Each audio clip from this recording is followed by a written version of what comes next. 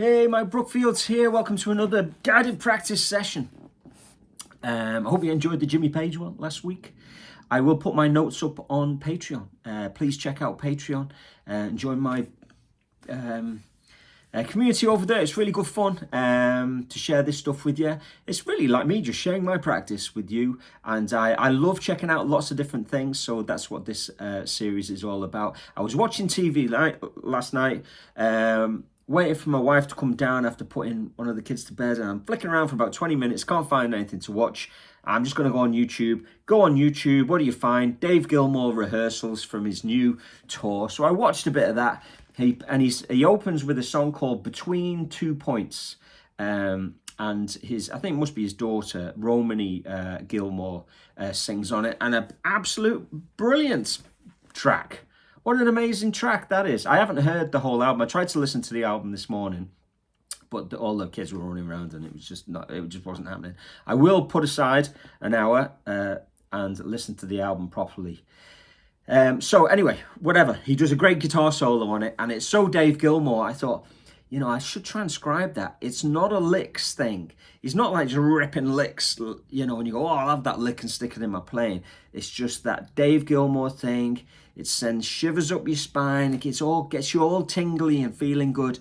And in a similar way to kind of, Comfortably Numb and that. And it's a great track, but it's not about chops. It's just that Dave Gilmour thing where he can coax textures and sounds out of his guitar. It's not about the gear, guys. I know you want to go and buy the pedals and the guitars and stuff like that, but 99% of this stuff is just his ability to sing through his instrument, to experience and control over bends and hammer-ons and pull-offs. It's a great track. There's the chords is kind of like a G major 7 type of thing, and then it's like an E minor, and then a B minor, and A, kind of round and round for the whole track. You can play lots of different inversions. You can play a basic G or G major 7 or E minor and E minor 7, kind of thing. B minor, A, but it's G, E minor, B minor, A. You'll see Dave Gilmour might play an E minor like that, and then he might be taking his second finger off, or getting like an E minor, a D over an E type of sound. But there's a little theme that kind of runs in the background.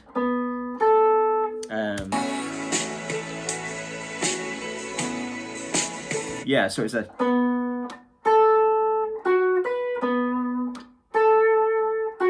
there's a really nice little theme that kind of goes in the background. It's in a section and then it's out for a section, then it's back in. But it's a nice thing, continuous phrase that kind of works with all the chords. It's beautiful.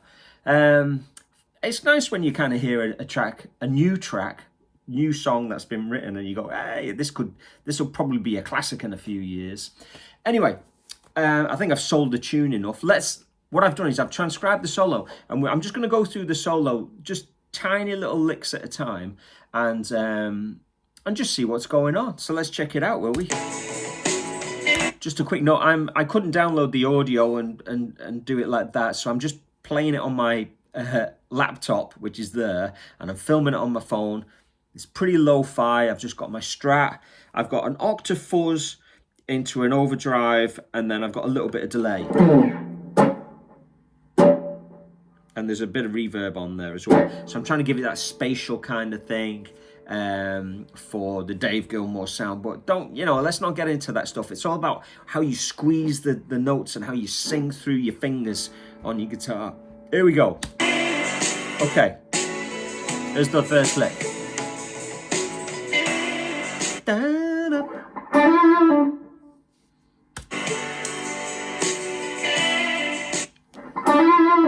So there's a little bit of vibrato, and you can hear when is he vibratoing and when is the note long and when is it staccato and short. Important things to kind of be asking yourself to get that sound.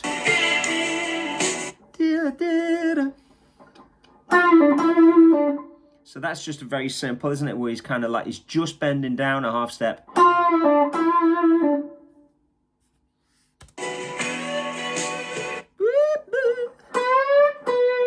So what he's doing there is doing like a tone and a half. So he's bending from 12 to 15.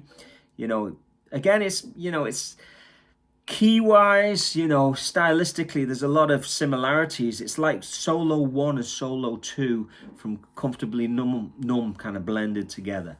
But it couldn't be more Dave Gilmour, because it is.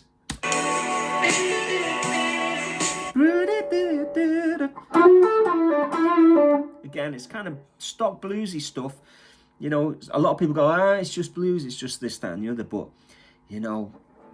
so's Aretha Franklin, so's kind of, Blind Lemon Jefferson. But it's that unique voice that's the important thing, isn't it?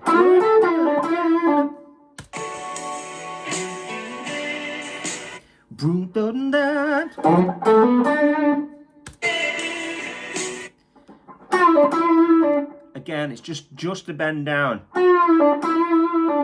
And the way he hangs onto the note before he pulls it off and cuts it dead. Yeah, do download this chart off Patreon.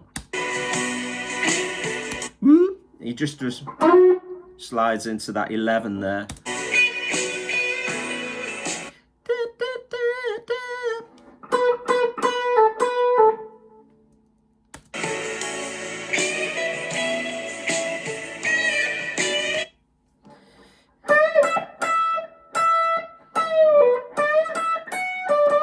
I didn't quite play that whole phrase there on the track, but let's go back so you can hear it.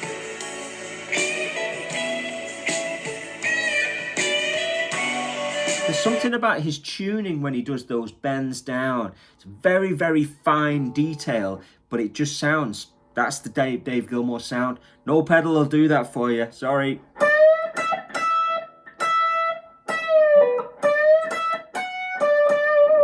When you're around this area of the neck and you're doing those pre-bends, it's very easy to overcook it. You know what I mean? So when you're going like...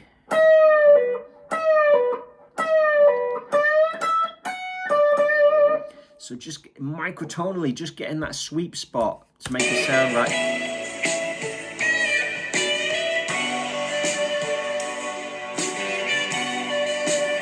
And again, this is going to be a common thing. He finds a phrase, he doesn't just jump onto another phrase, he hangs on that phrase, he might just explore it a couple of times. That's good compositional, that's good. That's what you do when you write music, isn't it? Come up with an idea, explore it, tinker around with it. Don't just kind of ditch it and move on. Anyway, let's go back, because I can't remember what the last lick was.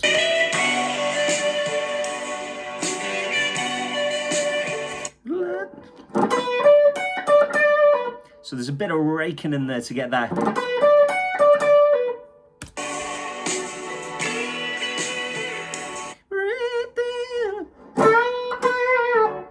That's really nice where he goes bends and then he pre-bend picks it at the top of the bend. He does the vibrato and lets it down, but it's the way he cuts it off.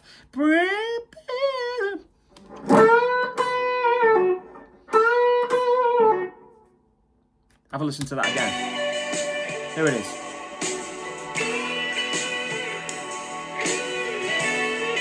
And then there's again, he's exploring it again.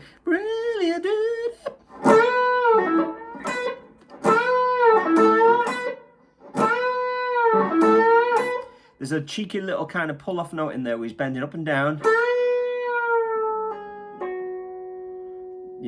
Down to that, third string 9, and then back to the bend. And then a short note there. So...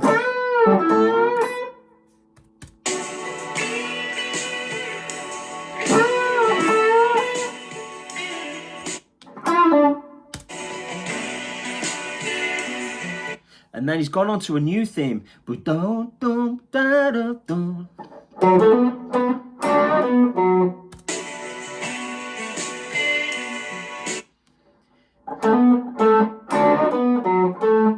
So again, it's the same kind of groove, but it's different. He's just kind of playing with a riff there, isn't he?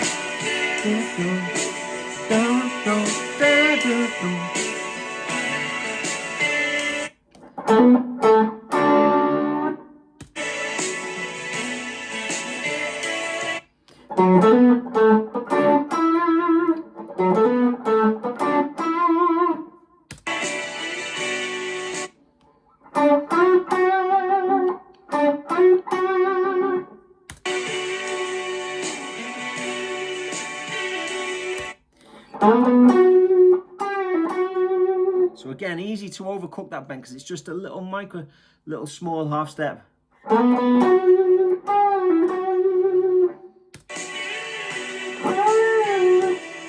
So again, he does an overbend there. And then he does do you, but it's a slide with a pull off. So, you know, half step bend, overbend, slide, different types of slurs for that vocal, you know.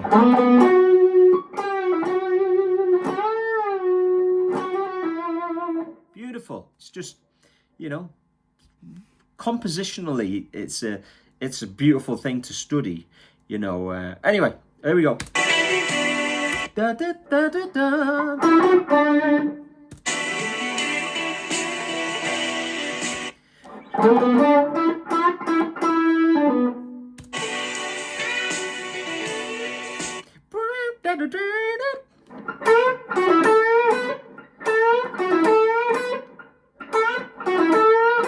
Sometimes there's just a little bit of and then there's a tiny bit of air before he plays the next note.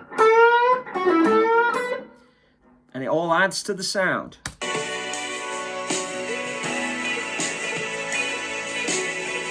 There's a bar where dum dum dum dum dum dum, but it's all staccato. Dum dum dum dum dum dum. I wasn't even picking that. 1, 2, 3, 4. And it feels like the whole solo has been leading up to this point where he's just playing one note. And then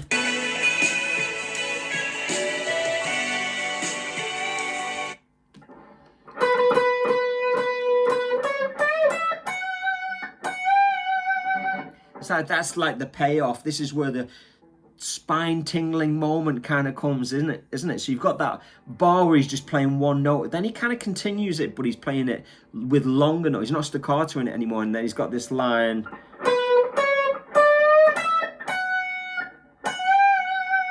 So together.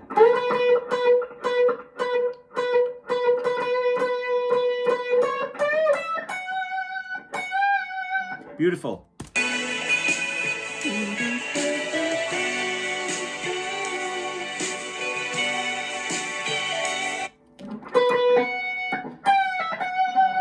So you've got that,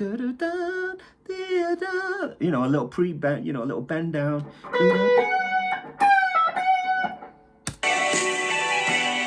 Oh, nice little jazzy chromatic. So, really lovely that, isn't it?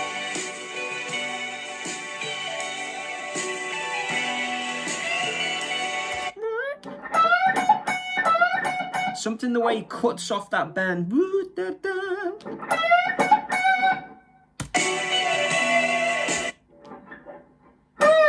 Oops. Let's go back a little bit.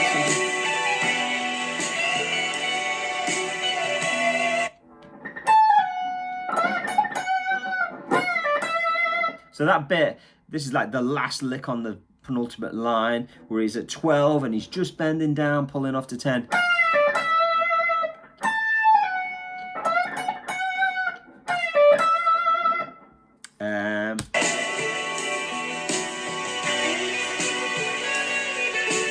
Oh, and he just kind of just leaves a big space and then comes in with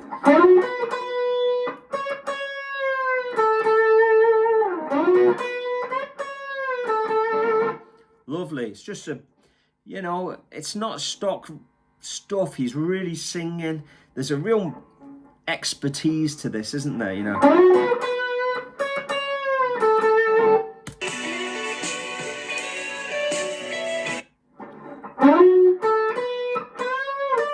I feel I should go back there.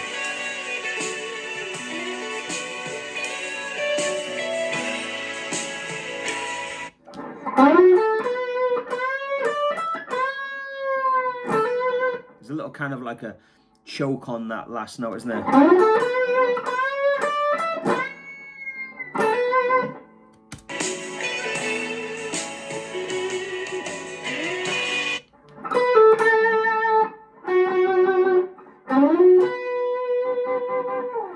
That's it.